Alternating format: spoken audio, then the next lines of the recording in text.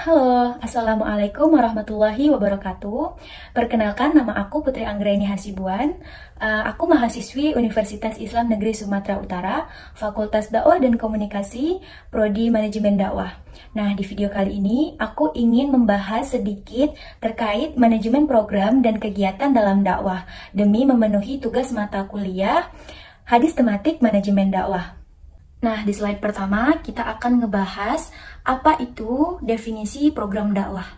Nah, jadi program dakwah adalah suatu usaha kegiatan yang berkesinambungan untuk mengajak seseorang atau kelompok kepada amar ma'ruf nahi munkar atau kepada pedoman yang diridai oleh Allah, atau juga bisa kepada syariat-syariat dan kebaikan-kebaikan ajaran agama Islam. Dan dengan adanya program dakwah ini diharapkan mampu untuk mengajak, menyeru, memanggil masyarakat dan sekelompok warga di lingkungan kita untuk bisa melakukan ataupun melaksanakan ajaran Islam dengan baik. Oke, selanjutnya kita ngebahas hadis-hadis terkait manajemen program dan kegiatan dakwah. Yang pertama ada hadis dari Abu Sa'id al-Khudri, dan saya akan membacakannya. An Abi Sa'id al-Khudri radhiyallahu anhu qala sami'tu Rasulullah sallallahu alaihi wasallam yaqulu man ra'a minkum munkaran falyughayyirhu biyadihi fa in lam yastati fa bilisanihi fa in lam yastati fa biqalbihi wa dzalika at'aful iman, rawahu Muslim. Nah, dari hadis ini kita bisa tahu bahwa seluruh umat Islam memiliki kewajiban untuk menyerukan dakwah.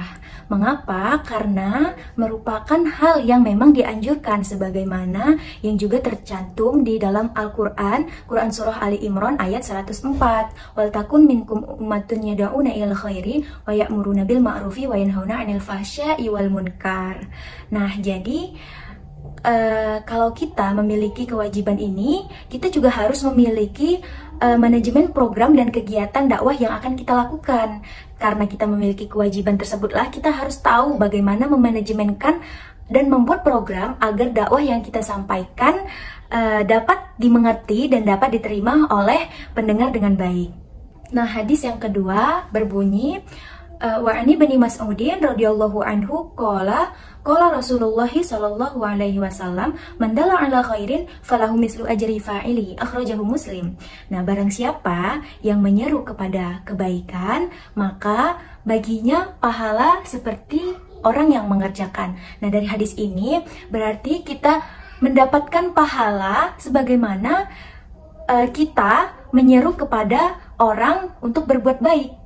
Nah, di sini kita harus memiliki program yang tepat untuk menyerukan kebaikan, mengajak kebaikan agar apa yang kita sampaikan, yang kita ajak juga bisa menerimanya dengan baik dan bisa mengerjakannya dengan baik pula.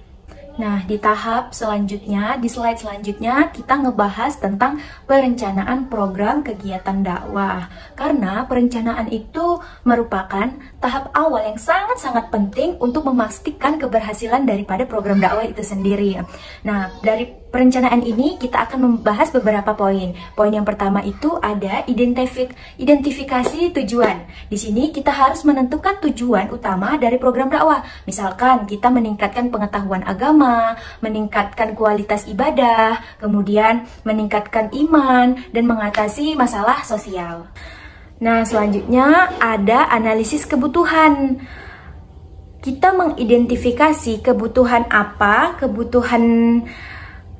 masalah apa yang akan kita selesaikan di kalangan masyarakat ataupun masyarakat sebagai target dakwah kita. Nah, kita tuh harus tahu mereka membutuhkan apa nih gitu. Misalkan yang kita dakwahi ini remaja. Nah, kalau di kalangan remaja, problemnya apa nih di daerah ini?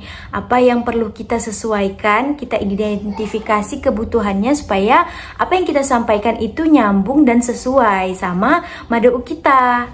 Kemudian selanjutnya ada penetapan sasaran. Di sini kita menentukan kelompok sasaran seperti remaja, ibu-ibu, bapak-bapak, atau bahkan campuran. Nah, selanjutnya ada pengembangan materi. Pengembangan materi di sini kita menyusun materi dakwah yang relevan dan sesuai dengan kebutuhan sasaran.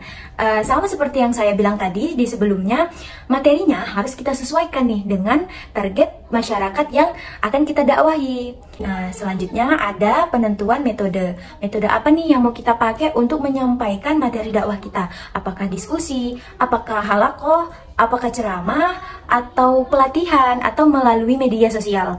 Nah, kita harus menyesuaikan metode apa yang ingin kita gunakan. Selanjutnya ada penyusunan jadwal. Penyusunan jadwal di sini kita membuat jadwal kegiatan yang terperinci, termasuk waktu, tempat pelaksanaan, apa-apa saja yang perlu kita persiapkan. Nah, semuanya harus disiapkan jadwalnya.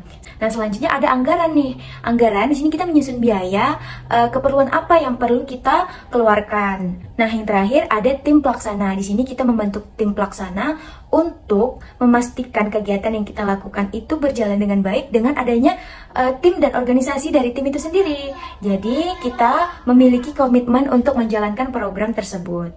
Nah, di slide ini saya akan membahas pelaksanaan kegiatan, tapi saya nggak akan membahasnya secara definisi. Poin-poinnya tidak akan saya bahas secara definisi, tetapi saya akan ngebahas langsung pelaksanaan kegiatan dakwah ini dengan contoh konkret. Nah, contoh konkretnya misal gini, sebuah program dakwah untuk remaja. Nah, yang pertama kita harus tahu tujuannya apa. Misal, tujuannya untuk meningkatkan pemahaman remaja terhadap nilai-nilai ajaran agama Islam dan memperkuat akhlak mereka. Nah, selanjutnya ada kebutuhan, identifikasi kebutuhan remaja, karena banyak remaja yang kurang pengetahuan terkait nilai-nilai ajaran agama Islam dan mereka memiliki pergaulan yang sangat bebas. Kemudian setelahnya kita tentuin sasarannya. Sasarannya untuk remaja usia berapa? Apakah usia 13 sampai dengan 18 tahun atau 18 tahun sampai dengan 25 tahun? Selanjutnya materi. Materinya kita buat misalkan seperti nilai-nilai akhlak Islam. Kemudian ada lagi seperti cara bergaul yang sesuai dengan ajaran agama Islam. Nah, kemudian metodenya nih, pengajian mingguan kah?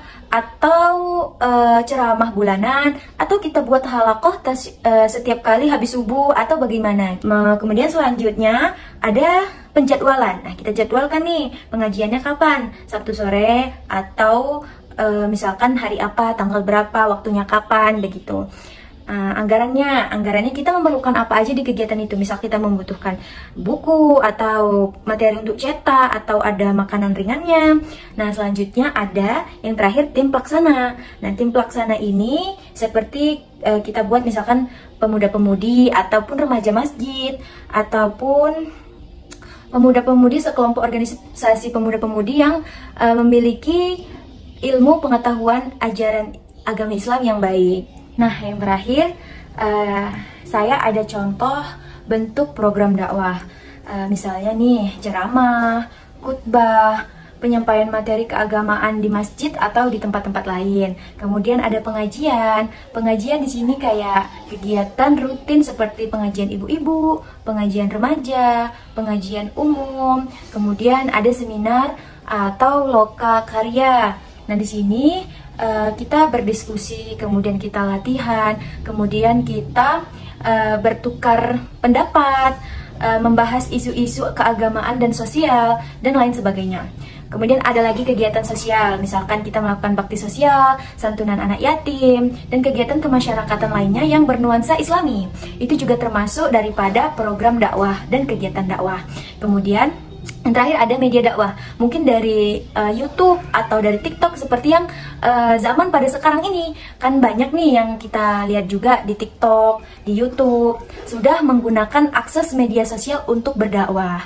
Nah, jadi program dakwah sering diadakan oleh berbagai organisasi Islami, organisasi keagamaan, lembaga pendidikan, serta komunitas-komunitas muslim dengan tujuan untuk memberikan pemahaman yang benar tentang Islam dan memperkuat nilai-nilai keislaman dalam kehidupan dan kegiatan kita sehari-hari.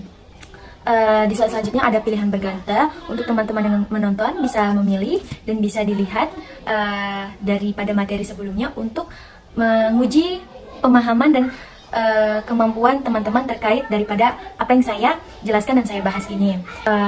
Mungkin sampai sini saja, kurang dan lebihnya saya mohon maaf. Saya akhiri, wassalamualaikum warahmatullahi wabarakatuh.